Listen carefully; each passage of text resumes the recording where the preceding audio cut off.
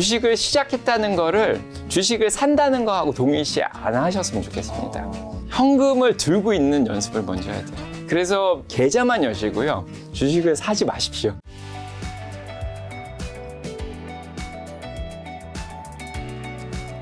부동산 얘기 나와서 한국에서 가장 비싼 동네가 어딘지 아시죠? 강남. 그렇죠. 예. 강남, 뭐 예. 상구, 송파구, 서초구, 강남구 불리잖아요. 예. 미국에서 가장 비싼 이제 동네가 어딘지 좀 궁금하고 이제 부동산 기준으로 했을 때, 그다음에 한국에서도 거기는 이제 다른 지역보다는 조금 덜 빠졌거나 아직 신고가를 여전히 치니 아주 소소하지만 있는 데가 있는데 미국의 핵심 지역은 어떤지 좀 궁금하네요, 갑자기. 미국에서 가장 비싼 동네는 확실히 가장 발전한 저희가 알고 있는 대도시입니다. 뉴욕 같은 데인 건가요? 네, 그래서 맨하탄이죠. 뉴욕은 사실은 주라서 굉장히 크고요. 네, 저쪽 버팔로에서 맨하탄까지 8시간 운전을 해야 되는데 최남단에 있는 뉴욕 시티입니다. 네네. 저희는 더 시티라고 부릅니다. 앞에 관사를 붙여서 그 뉴욕 시티의 물가가 가장 비싸고요. 집값이 제일 비싸고 그다음에 그 맨하탄을 건너가서 자, 오른쪽으로 퀸스라든지 저쪽 브루클린 쪽이 좀 비싸고요. 또 왼쪽으로 허슨강을 건너가면 뉴저지가 나오는데 제가 살고 있는 곳입니다. 그래서 그쪽에 학군이 좋은 곳에 또 집값이 굉장히 비쌉니다. 네. 그 다음에 보스턴도 비싼 편이고요. 예, 그 다음에 워싱턴 DC 근처도 좀 비싸고 서부로 가면은 좀 비싼 동네가 이제 베버리힐스 LA 쪽이 좀 비싸고 그 다음에 캘리포니아 쪽에서 샌프란시스코가 좀 비싼 편이죠. 그런데 캘리포니아보다는 동부 쪽이 집이 많이 없습니다. 워낙에 학교들도 많고 계속해서 인구가 늘어나고 있는 그런 도시에 미국의 집 공급이 조금 부족한 면이 있어요. 그래서 레만 브라더스 사태 때도 보스턴 근처는 집값이 거의 안 떨어졌습니다. 진짜요? 예, 그만큼 40개 정도의 유명한 대학교가 있고 하버드, MIT 같은 게 있고 그 전 세계에서 이 학자들이 몰려드는데 학생들이 몰려드는데 그 사람들이 거기서 안 떠나죠. 예, 뭐 자리 잡고 공부를 하시는 분들이 많이 있기 때문에 집이 없습니다. 그래서 집값이 계속해서 올라가고 뭐 맨하탄 근처도 사실은 집이 많이 없습니다. 땅이 없기 때문에 이제 위로 올릴 수밖에 없는 그런 지역은 집값이 안 떨어지고요. 오히려 이제 중부라든지 약간 시골이나 플로리다나 캘리포니아 이런 데로 좀 가면은 집값이 많이 떨어지고 있는 그런 상황입니다. 금리도 중요하고 어떻게 보면 수요와 공급도 굉장히 중요한 굉장히 한 축인 것 같네요. 네. 자, 교수님께서 주린이 분들에게 주식 투자 앞서 꼭 알아야 될 거 뭐 이런 거 한번 코칭해 주신다면. 멘탈이 중요하긴 한데요. 네네. 멘탈은 제 생각에는 부수적인 거라고 합니다. 생각이 듭니다. 그래서 시장이 정말 안 좋고 공포스러울 때 굉장히 두렵고 떨릴 수가 있는데 이거를 그냥 이겨내라고 말을 하는 게 말이 안 돼요. 그래서 괜찮습니다. 결국 올라갈 겁니다. 물론 이렇게 저는 전문가가 아니지만 진짜 전문가가 나와서 괜찮습니다. 결국 주가 떨어졌다가 올라갈 겁니다. 이렇게 말을 해주면 조금 신뢰도가 있기 때문에 위로가 되긴 하는데 그게 또 한두 달이면 괜찮은데 6개월씩 이렇게 그러면 이제 신뢰도 떨어지기 신뢰도가 시작하고요. 사실은 그 기업에 대한 공부가 굉장히 중요해요. 그래서 일단 주린이 분들이 이미 늦으신 분들도 있는데 이제 주식을 시작하시는 분들은 주식을 시작했다는 거를 주식을 산다는 거하고 동일시 안 하셨으면 좋겠습니다. 주식 사는 거 아닌가요? 현금을 들고 있는 연습을 먼저 해야 돼요. 그래서 주식을 시작한다는 건 계좌만 여시고요. 주식을 사지 마십시오. 그래서 항상 제가 강조하는데 그 회사에 대한 공부가 끝날 때까지는 절대 주식을 사지 말라고 합니다. 그래서 그 회사에 대한 밸류에이션도 해보고 회사가 역사가 어떻게 되는지 CEO가 어떤지 그다음에 회사가 앞으로 매출 성장이 어떻게 되고 있는지 그다음에 그 산업 전체가 유망한 산업인지 뭐 이런 것들을 철저하게 공부를 하시고 그다음에 그 회사에 대한 믿음이 생기면 그 회사에 대한 주식을 사기 시작하는 거죠. 그런데도 불구하고 고점을 잡는 경우가 있습니다. 뭐 공부를 충분히 했으면은 적정 주가를 계산을 했다면 그것보다 좀 싸게 사는 경향이 있는데 그냥 뭐 공부가 좀 덜 된 상태일 수도 있고 적정 주가 계산이 잘못된 경우가 있습니다. 이런 애널리스트들이 적정 주가를 내놓는데 평균적으로 보면서 굉장히 좋은데 자칫해서 주가에 맞춰서 적정 주가를 내는 경향이 좀 있어요. 편견이 좀 들어가 있기 때문에 그런 거를 따라다 사다 보면 고점을 물릴 수가 있는 경향이 있습니다. 그래서 자, 그 경우에는 좀 어쩔 수 없긴 하지만 그래도 공부를 철저하게 하신 분은 회사에 대한 믿음이 있기 때문에 주가가 떨어지더라도 장기적으로 그 믿음이 흔들리지 않기 때문에 잘 버틸 수가 있거든요. 뭐 그렇게 생각을 하실 수가 있고요. 그래서 멘탈은 조금 부수적인 것 같고요. 예, 뭐 야수의 심장을 가졌다 이런 말을 하잖아요. 그래서 주식은 야수의 심장을 가지고 하는 게 아니냐. 그러니까 이 심장이라는 건 철저한 공부를 한 사람들이 심장을 가지고 했지, 그냥 맹목적으로 그냥 강한 심장만 가지고 배짱을 가지고 배팅을 하시면은 실패할 가능성이 굉장히 높습니다. 그래서 자, 웬만하면은 도박한다는 생각을 하지 마시고요. 좀 이렇게 장기적으로 그 회사에 투자를 한다고. 나는 주식을 샀다는 생각보다는 회사에 투자를 했고 그 회사의 미래를 함께 보겠다. 이런 식으로 보는 게 좋을 것 같고, 그다음에 두 번째로 정말 강조하고 싶은 거는 비중 조절입니다. 진짜 그 비중 조절 때문에 이렇게 장이 안 좋을 때 더 힘들 수가 있는데, 안전자산, 위험자산, 거기에다가 또 위험자산에서도 또 비중 조절. 너무 한 주식에만 몰빵을 하시면 전략적 자산 배분이 안 됩니다. 아까도 얘기 드렸지만은 주식시장이 많이 안 좋을 때 덜 떨어진 주식이나 덜 떨어진 안전자산에서 위험자산으로 옮겨가면서 줍줍을 할 수 있는 그런 여유가 있어야 되는데, 너무 한 주식에 몰빵을 하면 그 주식이 떨어지면 손 쓸 방법이 없습니다. 본인이 월급을 계속 받는 상황이면은 월급이 들어오면 적립식으로 계속 사면 되거든요. 그러면 상관이 없는데, 연세가 조금 드셔가지고 은퇴를 하셨는데 계속 돈이 창출이 안 되는 상황에서 몰빵을 하시면 이게 떨어지면 이거를 어떻게 해결을 할 수가 없거든요. 그래서 적절하게 비중을 조절해서 나눠 놓으시는 게 정말 중요합니다. 그래서 계란을 한 바구니에 담지 말라고 그 누누이 그 대가들이 얘기를 하셨는데, 이게 너무 많이 얘기하니까 잔소리처럼 들리는 거예요. 아무도 이걸 귀담아 듣지 않습니다. 근데 다시 한번 진짜 얘기 드리고 싶은데, 예, 너무 한쪽에 몰빵을 하시는 건 정말 이게 합리적으로 굉장히 위험할 수 있습니다. 자, 많은 분들이 이제 요즘에 멘탈이 중요하다고 하는데, 교수님께서 말씀은 이제 멘탈이 전부가 아니다, 이런 말씀 해주신 것 같고요. 요즘과 한국과 미국 이제 주식시장 모두 고점대에 많이 하락해서 이제 투자자분들 굉장히 힘든 시간 보내고 있을 텐데, 이러한 투자자분들에게 좀 조언해 주실 말도 있을까요?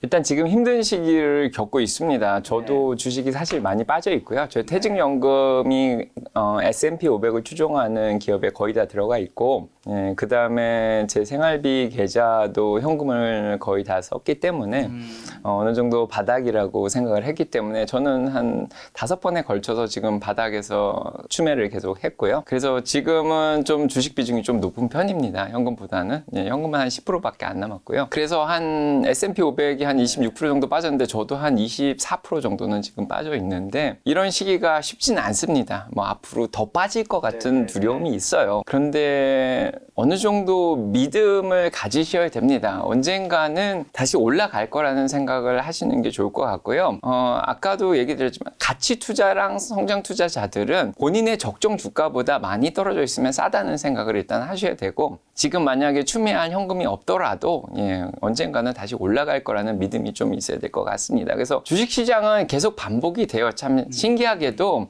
파도를 타듯이 많이 큰 파도를 일으면서 올라갔다가 많이 내려가는 경우도 있고, 잔파도를 일으면서 조정을 겪고 올라갔다 내려갔다 하는데, 제 생각에는 많이 빠진 것 같습니다. 지금 많이 빠졌고, 만약에 지금 제가 산 이 가격보다 더 빠질 수도 있습니다. 근데 그거는 감당을 하셔야 됩니다. 본인은 30% 싸게 샀는데 50%까지 할인을 할 수도 있어요. 어떤 백화점에 들려서 나는 30% 싸게 옷을 샀는데 다른 백화점 갔더니 50%에 팔아요. 그런데 이거를 환불하고 이걸 살 수도 있는데, 그래도 어느 정도 감당을 하셔야 될 부분이 있습니다. 본인이 산 가격보다 더 빠질 수 있다는 것도 감당을 해야 되고, 근데 저 밑으로 내려갔다가 할인 기간은 결국 끝나서 다시 가격은 올라오거든요. 뭐 이렇게 생각하실 수도 있고요. 풍선 얘기 되게 제가 정말 좋아하는데, 이 풍선에 바람을 저희가 계속 넣어주면 계속 떠 있거든요. 가스를 넣어주면은. 그래서 현금을 계속 넣어주면 이게 뜨긴 하는데, 어느 순간 이 시장이 안 좋으면 풍선이 쪼그라들어서 공기가 없으니까 쭉 가라앉습니다. 그렇다고 그 풍선의 기본적인 자질이 변한 거 아니고, 풍선은 그대로 풍선입니다. 그냥 좀 많이 떨어져 있어서 바닥까지 내려왔는데, 이게 또 기류가 좀 좋고 따뜻해지면은 풍선이 막 불어가지고 다시 막 올라오거든요. 그래서 저희 풍선이 어느 순간 나중에 돈이 많이 많이 모여서 너무 커져가지고 그게 어느 순간 빵 터져서 저희가 은퇴할 때 큰 부자를 이루면서 저희가 돈벼락을 자 맞을 수가 있는데 자 결국 풍선은 풍선입니다. 그게 쪼그라들 때도 있고 좀 커질 때도 있고 한데 결국 저희가 목표로 하는 거는 그 풍선이 나중에 많이 커져서 정말 터질 때까지 기다리는 거지. 예, 그래서 그 풍선이 다시 안 뜬다는 생각을 하지 마시고요. 적립식을 하신 분들은 계속 돈을 넣으시면 계속 떠오를 것이고 만약에 적립을 못 하시더라도 이 풍선 결국엔 나중에 떠오를 거라는 생각이 듭니다. 자, 증시 매번 다른 이유로 지나고 나면 좀 비슷한 공포를 주면 투자자분들 그럼 괴롭히는데 이런 공포 이겨내는 교수님만의 노하우는 뭘까요? 저의 가장 큰 비결은 일단은 함께하는 사람들이 있는 게 굉장히 중요합니다. 일단은 정신적으로 안 흔들리기 위해서 함께 투자를 하시는 분들이 있는 게 좋고요. 그래서 본인이 힘들 때 옆에서 조언을 해주거나 그럴 수 있는 멘토가 있으면 좋고 또 함께 주변에서 같이 투자하시는 분들이 있죠. 같이 멘탈 잡고 하는 게 좋은데 사실은 더 좋은 거는 자산 배분입니다. 아무리 공포스러워도 본인이 현금이 있으면은 달러가 있으면은 절대로 무섭지가 않습니다. 본인이 투자할 수 있는 돈인데도 불구하고 안 투자하고 욕심을 버리고 가지고 있으면은 아무리 주식시장이 떨어져도 나는 싸게 살 수 있다는 생각이 있기 때문에 왜냐면 상관이 없죠, 사실은. 더 싸게 살 수 있는 거니까. 흔들릴 수가 없습니다. 그렇다고 주식에서 돈을 다 빼서 현금만 들고 있으라는 얘기는 아니고요. 아까도 열매 따는 얘기는 30에서 50% 정도 현금화 하는 거를 얘기를 하는데 그렇게 현금을 따가지고 조금 잘 가지고 있고 조금 쓰더라도 한 10%나 20% 정도를 계속 가지고 있으면 마음이 생각보다 굉장히 편합니다. 그래서 이 현금을 들고 있기가 너무 어려워요.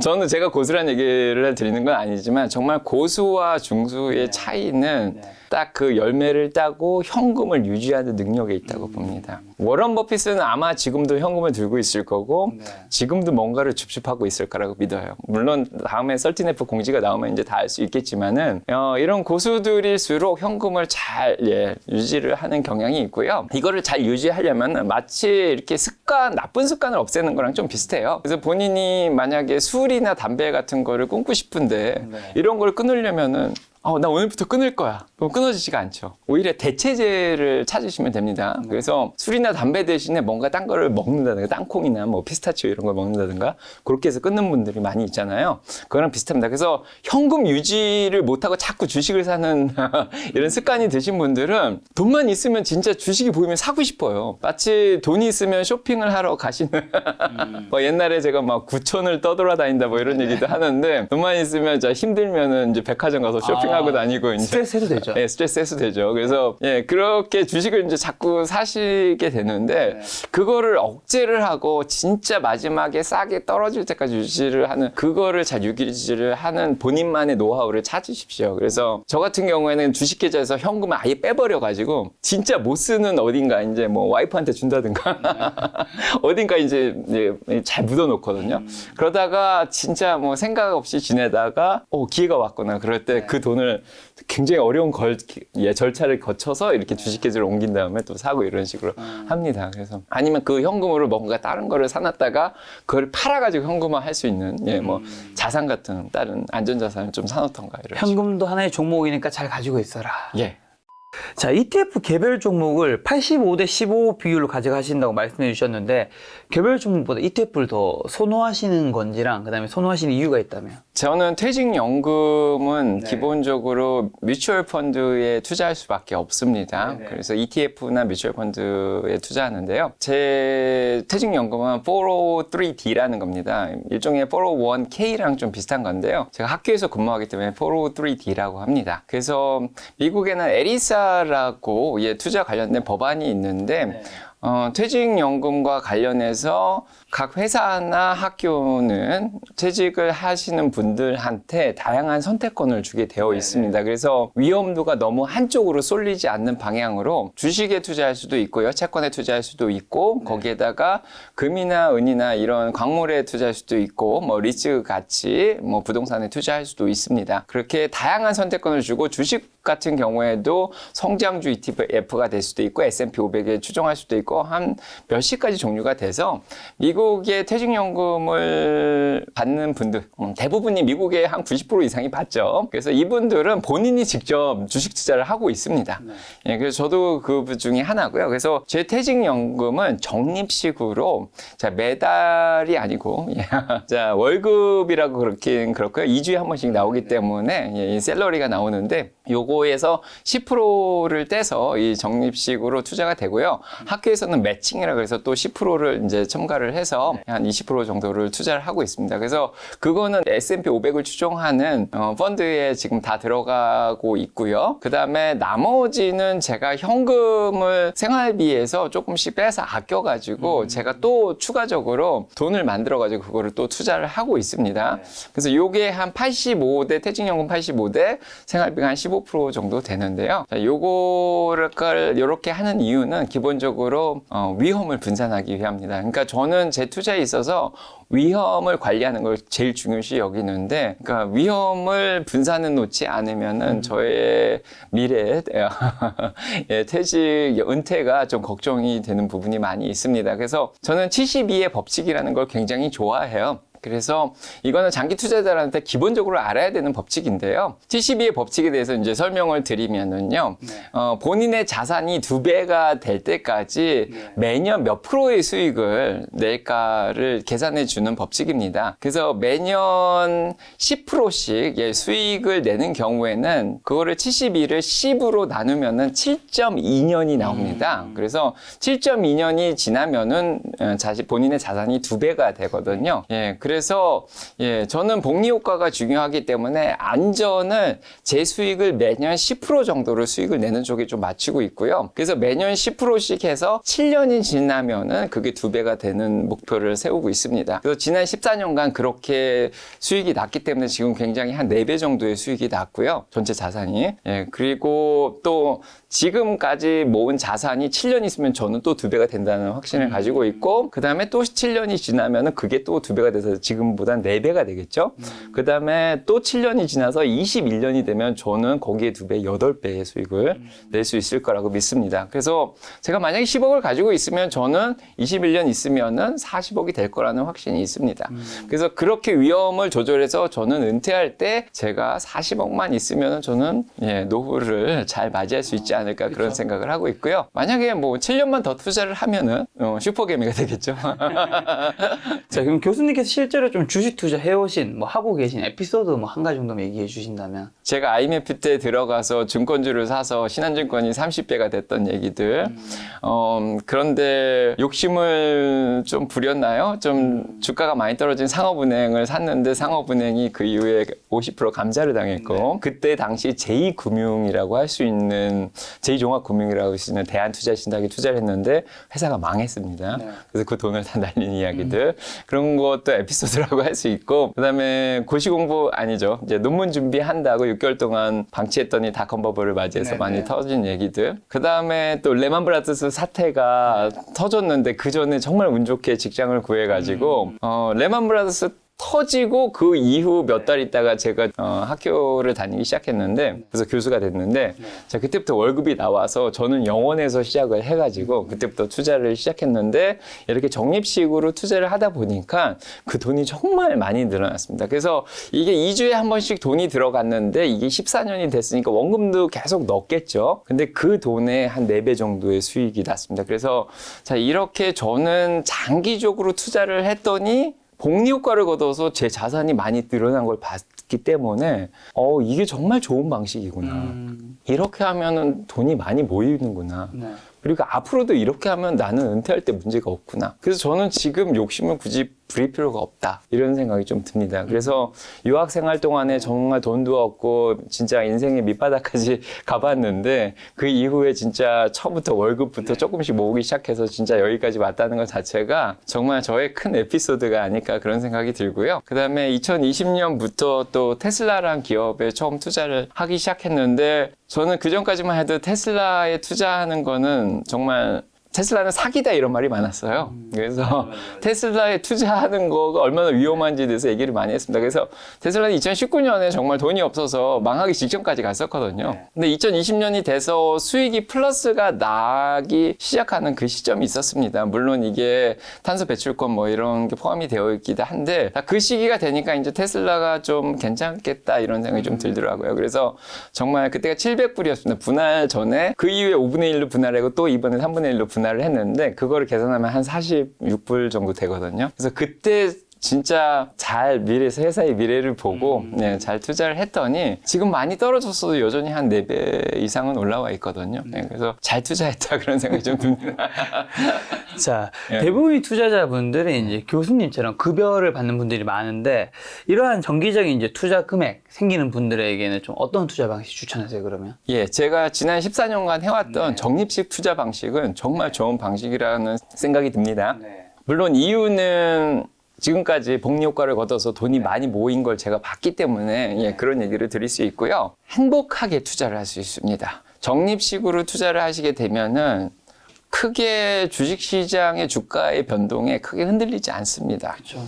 그래서 그냥 월급은 알아서 빠져나가기가 자동이체가 되니까 자동으로 사지겠구나. 그리고 지금 주식시장이 안 좋으니까 싸게 사지겠구나. 네. 그다음에 주식시장이 너무 좋으면 아 지금 좀 비싸게 사겠네 이런 생각을 하지만 결국 제가 은퇴할 때 되면 평균적으로 달러 코스트 에버리징이거든요. 달러로 계산하면은 평균적으로 비슷한 가격에 은퇴하게 된다는 그런 개념인데 결국 은퇴할 때는 예 그게 다 평균적으로 비슷한 가격에 사게 될 거라는 믿음이 있고요. 물론 이게 은퇴 시기가 굉장히 많이 남아있기 때문입니다. 저는 최소한 지금부터 20년 이상의 시간을 가지고 있기 때문에 지금 이런 생각을 하는 거고 미국의 투자 자문사들은 기본적으로 대형 성장주라 그러더라도 10년 이상의 투자 기간이 남은 사람들한테 대형 성장주 투자를 권유를 하지 10년이 안 남은 사람들한테는 절대 성장주 투자를 하지 않습니다. 오히려 안전한 주식들을 좀 많이 추천을 하게끔 그렇게 교과서에 나와 있는 상황이고요. 자, 아무튼 짧은 기간을 가진 사람이 앞으로 10년 동안 주식시장이 하향한다는 생각을 하시면은 절대로 적립식을 하시면 안 됩니다. 적립식 투자는 우상향하는 가정을 하셔야지 적합한 투자 방식입니다.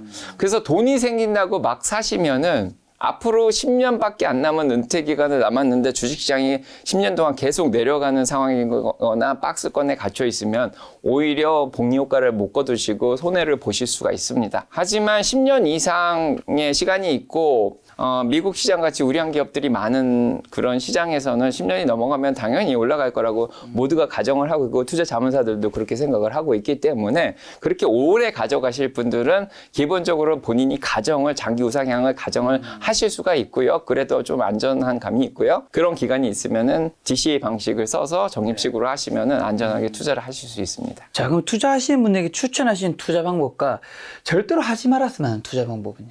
절대로 하지 말아야 될 투자는 제가 투자 원칙을 7개를 항상 얘기를 드리는데 그 중에 하나에 껴 있습니다. 뭐 첫 번째가 목적이 있는 투자, 뭐 자산 분배, 분산 투자, 거기에다가 분할 매수, 분할 매도 또 원칙들을 실천하자 이런 것들이 있는데 그 중에 하나가 빚내서 투자하지 말자를 굉장히 강조를 하고 있습니다.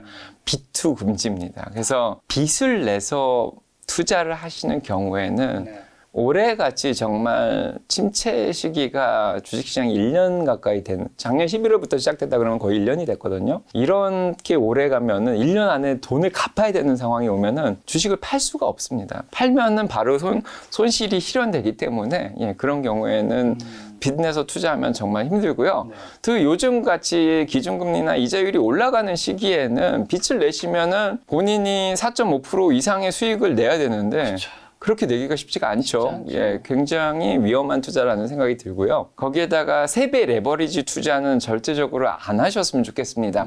이미 물려 계신 분들은 뭐 계속 조금 주식시장이 다시 올라올 때까지는 좀 버티셔야 된다는 얘기를 드리고 싶은데 안 사신 분들은 웬만하면 사지 않으셨으면 좋겠습니다. 뭐 TQQQ 유명하죠. 뭐 SQQQ 유명하고 뭐 SOXL 많이 들고 계신데 이런 것들이 굉장히 위험한 이유가 본인도 모르게 파생 파생 상품에 투자를 하시게 되는 겁니다. 이런 것들이 3배의 수익을 내려면은 이 투자 회사에서 파생 상품, 옵션이라든지 선물 쪽에 투자를 하는 겁니다. 그래서 옵션 쪽에 그 프리미엄 같은 거를 싸게 내게 되면은 100주 단위로 주식을 사게 되는 거거든요. 같은 테슬라를 지금 200불을 주면 한 주밖에 못 사지만은 파생 상품을 200불을 주면 거의 50주 가까이를 살 수가 있어요. 그렇게 해서 많은 주식을 사가지고 많은 베팅을 하게 되는 겁니다. 근데 파생 상품에 들어가면 위험도가 그만큼 3배 이상 올라가게 되는 거죠.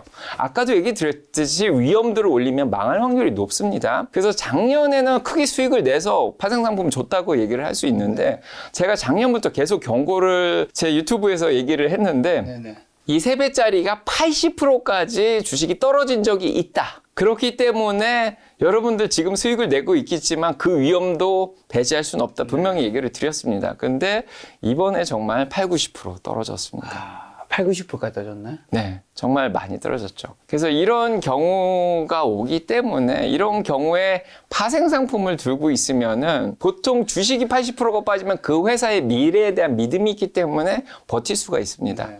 이 회사는 망하진 않아. 그래서 앞으로는 장기적으로 괜찮을 거 이런 생각이 있는데 네. 파생 상품을 들고 있는 경우에는 조금 미래가 잘 안 보이죠. 그냥 이거는 그냥 하나의 상품이고 주식이라는 생각밖에 없고 그 뒤에 어떤 회사들이 있는지 보통 잘 모르시거든요. 그래서 조금 정신적으로 굉장히 힘드실 수가 있습니다. 지금 절대 하지 말아야 되는 투자 얘기해 주셔서 그럼 교수님이 생각하시는 좋은 주식과 나쁜 주식은 뭘까요? 원래 전통적으로는 좋은 주식이나 나쁜 주식은 없고요. 아까 얘기 드렸듯이 좋은 회사랑 나쁜 회사는 있습니다. 그래서 꽃과 잡초를 구분을 하시는 게 좋을 것 같아요. 그래서 좋은 회사는 안 망하는 회사고 그런 회사가 꽃이라고 볼 수 있고요. 안 좋은 회사라는 거는 잡초라고 볼 수 있는데 망할 확률이 높은 회사입니다. 본인의 회사가 안 망한다고 절대 확신을 하시면 안 됩니다. 제가 가지고 있던 회사들도 망한 적이 있고요. 그 다음에 레먼 브라더스 사태 때라든지 IMF 때라든지 망한 회사들 정말 좋은 회사 한국에서 제2종합금융이라고 할 수 있는 대한투자시장이 망할 거라고는 저는 생각도 못했습니다, 사실. 그 다음에 미국에서 가장 큰 투자회사라고 할 수 있는 레먼 브라더스가 망할 거라고 생각하는 사람도 아무도 없었습니다. 그 다음에 그 전에 2001년도에 일란이라는 회사도 있었는데 이건 내부 회계 조작을 통해서 회사가 이제 부패하다는 게 드러나서 회사가 망한 경우인데 이런 가치 회사들도 있습니다. 그래서 본인의 회사가 좋은지 나쁜지는 끊임없이 조사를 해야 되고요. 그래서 본인의 회사가 미래가 보장이 되지 않고 도덕적인 문제가 있고 이런 경우에는 정말 잡초라고 볼 수 있고 단지 그 회사가 지금 주가가 많이 올라가고 있다 이런 면만 보고 이 회사가 좋은 주식이다, 좋은 회사라고 평가를 하시면 안 될 것 같습니다. 자, 근데 교수님께서 또 투자하지 않는 기업도 있다면서요? 좀 어떤 기업이요? 그 이유는 뭘까요? 그거는 제 개인적인 신념하고 좀 관련이 있는데요. 저는 목적이 굉장히 중요합니다. 주식 투자를 하는 목적을 굉장히 중요시 여기기 때문에 제가 가지고 있는 주식이 제 목적과 이제 충돌을 하는 경우에 저는 사지는 않습니다. 그래서 어떤 거죠? 저는 단순히 은퇴만 잘하겠다는 목적이 있는 게 아니라 은퇴 이후에 이 돈이 벌렸을 때 그 돈을 어디에 쓸지에 대한 목적이 있습니다. 그것이 제가 장기 투자를 할 때 저를 지켜주는 뭐 큰 원동력이라고도 볼 수 있는데 그래서 저는 이렇게 후원을 하거나 가난한 사람들을 많이 도와주거나 이런 또 목적이 또 있습니다. 그래서 저는 일단 마약이라든지 도박이라든지 예, 아무튼 이런 거 관련된 주식은 웬만하면 투자를 안 하고 있고요. 좀 이렇게 도박성이 높은 코인과 관련된 주식이라든지 자, 이런 것들도 조금 피하고 있는 편입니다. 교수님만의 어떤 이제 개인적인 가치관 같은 거랑 좀 연결된 거겠죠? 예, 그렇습니다. 그래서 한때는 뭐 마약 주식인 틸러리라든지 뭐 도박 관련된 주식 뭐 드래프트 킹스라든지 뭐 이런 주식들이 뭐 펌핑이 많이 되면서 많이 올라갈 때도 있었는데 예, 저는 그런 주식들은 사지는 않았습니다. 그럼 교수님 군수 산업에도 잘 투자 안 하시겠네요? 네, 맞습니다. 그래서 얼마 전까지는 들어온 회사들 중에서 굉장히 유명한 투자들이 있습니다. 뭐 제 책에는 소개를 좀 드리긴 했는데 저는 미국의 드론 회사는 뭐 5단계로 나눌 수가 있긴 합니다. 뭐 가장 큰 회사부터 가장 적은 회사로 나눌 수 있는데 그 중에 가장 큰 드론 회사들은 보통 군용 드론을 만드는 회사예요. 그래서 뭐 보잉이라든지 럭키드 마틴이라든지 에어로바이런먼트라든지 뭐 이런 회사들이 있습니다. 그래서 이런 회사들은 군사용 드론을 만들어서 개발도상국가죠. 이런 중동 쪽에 이런 드론들을 보내서 폭격을 많이 해서 사람들을 민간인들을 많이 희생시키는 경우가 많이 나옵니다. 그래서 저는 드론 회사를 투자해도 상업적인 드론을 만드는 회사를 투자하고 싶은데 요즘은 중국이 또 드론 쪽을 많이 장악을 하고 있는 그런 상황이고요.